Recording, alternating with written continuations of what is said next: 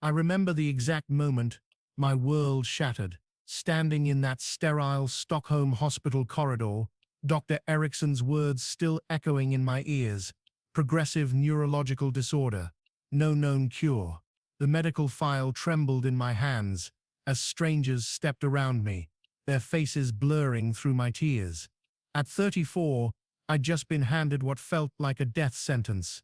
My own DNA, the very thing I'd spent my career studying, was programmed to destroy me from the inside out.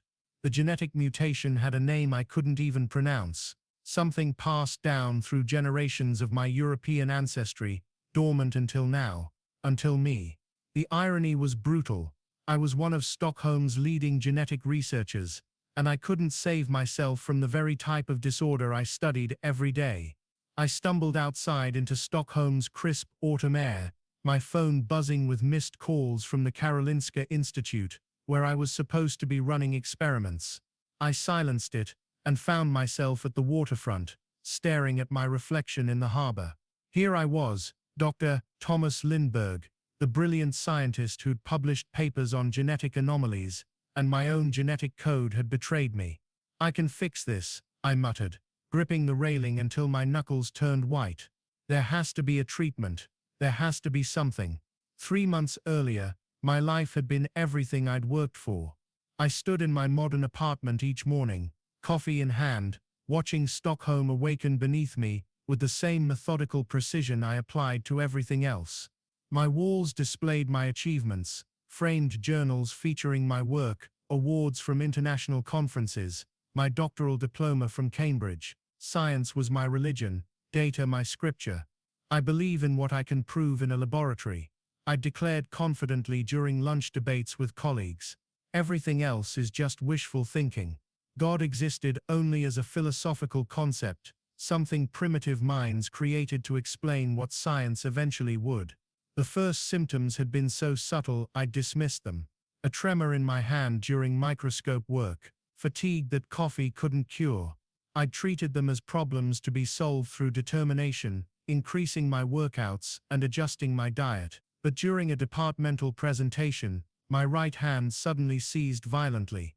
I knocked over my water glass, sending it shattering across the conference table. The room fell silent, 12 pairs of eyes fixed on me with expressions I'd never seen before. "Pity. Just tired," I'd explained. But my department head, Dr. Anderson, wasn't convinced. She'd ordered me to see a doctor immediately, and that appointment led to tests, then more tests, until finally the devastating diagnosis that changed everything. Now, 3 days after learning my fate, I threw myself into research with manic intensity. My apartment became a command center of medical journals and research papers. I printed every study on neurological disorders ever published, contacted researchers worldwide, convinced I could outsmart my own DNA. Sleep became optional. Food became an afterthought. I began experimenting with off-label medications at night, combining treatments no doctor would approve. My body became my own unauthorized clinical trial, documented with scientific detachment, as if I were observing someone else's deterioration. Beta blockers for the tremors, anticonvulsants for the muscle spasms, supplements that claimed to support neurological function. The side effects were immediate and brutal: nausea that left me dry heaving, heart palpitations that woke me gasping. But I persisted, telling myself breakthrough science always required sacrifice. 6 weeks after my diagnosis, my unauthorized experiment reached its inevitable conclusion. I collapsed in the lab during what should have been routine work, my vision fragmenting as my knees hit the cold floor. I woke up in the emergency room with restraints keeping me from removing my IV. "You nearly died," Thomas Dr. Ericsson said when he arrived.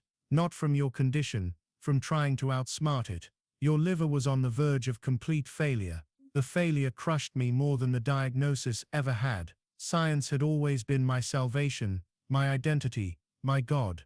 When faced with the ultimate test, it had offered nothing but false hope and near-fatal side effects. That's when I made a discovery that would haunt me forever. While organizing my research papers, I found a study I'd co-authored 3 years earlier: genetic susceptibility factors in laboratory-acquired neurological disorders. My hands shook as I read the abstract. The study examined researchers who developed neurological conditions after exposure to specific chemicals used in genetic research. The symptoms described matched mine perfectly. The timeline aligned with my doctoral work at Cambridge. The genetic markers associated with susceptibility were consistent with mutations I'd been born with. And there was my name, listed as co-author. The devastating irony hit me like a physical blow. I'd helped document the very phenomenon that might have caused my own condition.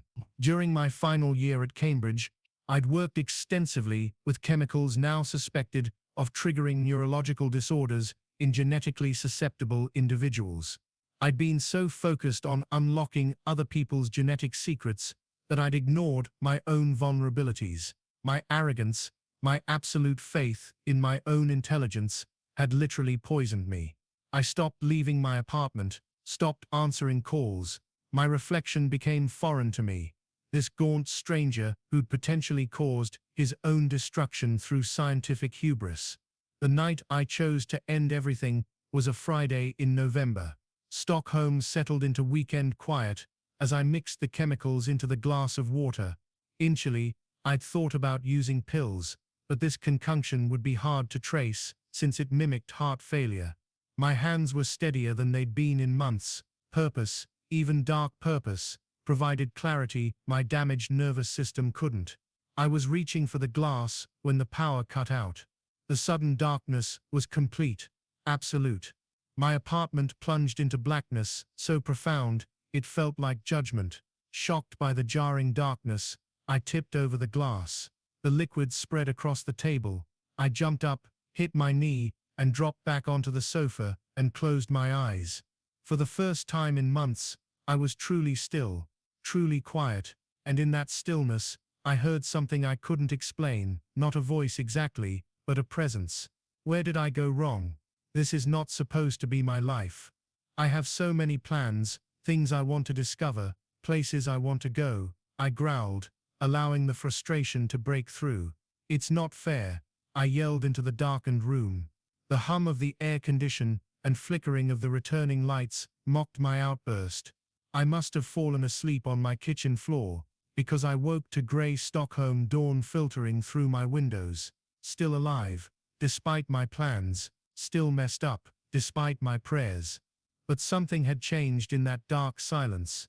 For the first time in months, I wanted to understand what that something was. I spent the weekend cleaning the dishes and torn letters, evidence of a plan I could no longer execute. Monday morning, I did something I hadn't done in weeks. I left my apartment, not for medical appointments, but simply to walk. At a coffee shop near the university, I opened my laptop and began researching something entirely new: testimonies of people who'd found meaning in suffering. Most were Christian stories I'd always dismissed as emotional manipulation, but now, facing my own inexplicable survival, I read them with desperate attention. One particularly captured me, a young mother with ALS, who wrote about finding Jesus, not despite her disease, but through it. I spent months begging God to heal my body, she wrote. Now I realize he was healing my soul instead. That afternoon, I walked to the nearest church, not for Sunday service, but hoping to find Pastor Nilsson alone. I needed to ask questions I'd never dared voice. Do you believe God causes suffering, or just allows it? I asked, settling into the chair across from his desk. No, God does not cause suffering. I believe suffering is part of a broken world, he said thoughtfully. But I also believe God can work through our brokenness in ways we can't understand. What if the suffering is self-inflicted? What if someone's arrogance causes their own destruction? Pastor Nilsson leaned forward. Are we talking about your condition, Thomas? I told him everything. The diagnosis, the research revelation, my theory about causing my own disease, my Friday night plan. My voice caught as I described the darkness that had somehow stopped me. I think I poisoned myself when I worked on my doctorate. I finished. How does someone find forgiveness for that? The same way anyone finds forgiveness, he said quietly. By accepting the forgiveness Jesus paid for when he died on the cross. It's never about what you've done or haven't done. Our forgiveness comes one way, through what Jesus did on the cross. Period. He opened his Bible to a passage that seemed to speak directly to my condition. My grace is sufficient for you, for my power is made perfect in weakness. What if your condition isn't punishment, but purpose? He asked. What if God wants to use your brokenness to help others who are breaking? The possibility had never occurred to me. Pastor Nilsson mentioned a support group that met Wednesday evenings, people dealing with terminal diagnoses who understood uncertainty. I almost didn't go, but Wednesday evening found me in a church basement with 8 people whose ordinary appearances masked extraordinary struggles. They looked like anyone you'd pass on Stockholm's streets, until you noticed the details: the chemotherapy scarf, the oxygen tank, the tremor that made mine seem mild. I listened to their stories with growing amazement. These weren't people who'd been magically healed. They were people who'd found meaning within suffering, purpose alongside pain. What about you, Tomasz? Asked Margareta, a woman with arthritis-gnarled hands and kind eyes. What brings you here? I shared my story hesitantly, then with increasing honesty. The diagnosis, the failed treatments, the research revelation, the dark night when I'd almost ended everything. I expected judgment or pity. Instead, I found recognition. I tried to kill myself too, said Eric, whose tremors were far worse than mine. Couldn't even manage that properly. My hands were shaking too badly to open the pill bottle. The group laughed, not at his pain, but at the absurd irony. I found myself laughing too, for the first time in months. 3 weeks into my group attendance, everything changed again. I'd arrived late and more discouraged than ever, my condition visibly worsening. The discussion focused on finding gratitude in difficult circumstances. I know this sounds crazy, Anna was saying, but I'm grateful for my lung disease. It taught me what really matters. Easy to say, I interrupted, frustration spilling over. But what's the point of lessons learned in dying bodies? What's the purpose of wisdom gained too late to use? Instead of defensive responses, the group sat in compassionate silence. Finally, Margareta spoke. Would you be willing to try something different tonight? Just honest prayer, each of us talking directly to Jesus about our real feelings. I wanted to refuse. Prayer felt too vulnerable, too much like surrender. But something in their earnestness made refusal impossible. I don't know how to pray, I admitted. Just talk, Eric said simply, like he's sitting in that empty chair. So I did, haltingly at first, then with increasing desperation. I told the empty chair everything: my fear, my anger, my guilt over potentially causing my own condition, my terror of losing control. I don't understand why this happened, I said to the empty chair. I don't understand what you want from me. I can't fix this, and I can't accept it. Then something extraordinary happened. The empty chair no longer felt empty, not visibly. I saw no figure, heard no audible voice, but presence filled that space as tangibly as another person entering the room. A presence that radiated understanding, acceptance, and inexplicable peace. In that moment, I knew with absolute certainty that I was not alone. Someone was there, someone who understood genetic disorders from the inside, who had experienced the betrayal of a body designed for suffering. Jesus, I whispered, the name no longer feeling foreign.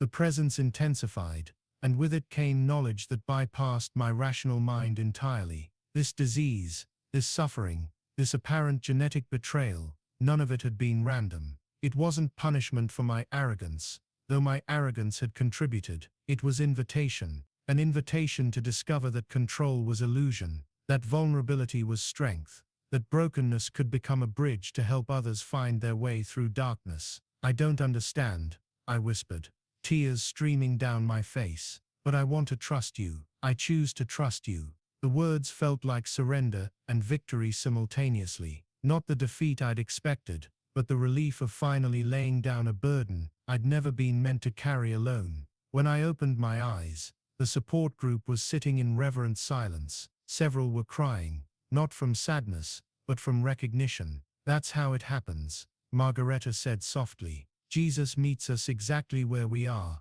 broken as we are, For the first time since my diagnosis, I felt genuinely grateful, not for the disease itself, but for the journey it had forced me to take, a journey that led not to healing, but to something better, wholeness. In the months that followed, my life transformed in ways I couldn't have anticipated. I returned to work in research ethics, using my experience to protect others from laboratory-induced illness. I began speaking at conferences, sharing my story as both cautionary tale and testimony. But the most significant change was in my relationship with other patients. I started volunteering at the hospital, where I'd received my diagnosis, offering support to newly diagnosed individuals. "I understand what you're feeling," I would tell them, and they could see in my tremoring hands that I truly did. "This isn't the end of your story. It's the beginning of a different story than you expected, but it can still be meaningful." The support group had grown, partly through my invitation of people I met through hospital volunteering. What had started as 8 people sharing struggles had become a community finding strength in vulnerability. My apartment became an unofficial counseling center where people with genetic disorders would come to talk with someone who understood both the science and the devastation. I learned to offer hope without false promises, to acknowledge fear without feeding despair. "How do you stay positive?" asked Maria, newly diagnosed with Huntington's disease. "I don't, always," I answered honestly. "Some days, I'm angry, scared, or sad. But I've learned that Jesus meets me in all those emotions. He doesn't require me to be positive, he just asks me to be honest." I began writing, first a blog documenting my journey, then articles for medical journals addressing the psychological and spiritual dimensions of genetic illness. The intersection of science and faith, once a source of conflict, had become my unique contribution to both communities. 2 years after my diagnosis, I stood before 300 genetic researchers at an international conference in Geneva. My tremor was more pronounced, my speech occasionally slurred, but my message was clearer than ever. "I stand before you as someone whose career was ended by the very research I was conducting," I began. 2 years ago, I would have seen that as purely tragic. Today, I understand it as purposeful. I shared my story, the hubris that led to my exposure, the desperation that followed, the failed self-treatment, the dark night of contemplated suicide, and the encounter with Jesus that transformed everything. "I'm not here to suggest that faith is a substitute for science," I continued. "I'm here to propose that science, without room for meaning, purpose, and transcendence, is incomplete." After the presentation, a young postdoc approached with tears in her eyes. "My father has ALS," she said. "I became a geneticist to find a cure. But listening to you, maybe I can help him find meaning while we search for answers." Today, 3 years after my diagnosis, something remarkable has happened that my doctors can't explain. Since that night, I surrendered to Jesus in the support group basement. My condition hasn't progressed a single degree. Not one symptom has worsened. The tremors stopped. My neurologist, Dr. Erickson, calls it unprecedented stabilization and wants to study me. But I know what happened. The moment I truly gave my life to Christ, something shifted in my genetic code itself. I believe with every fiber of my being that Jesus healed me completely on that basement floor, spirit, soul, and yes, body too. I'm simply waiting for the full manifestation of what's already been accomplished. By his stripes we are healed, I declare every morning, standing before my bathroom mirror.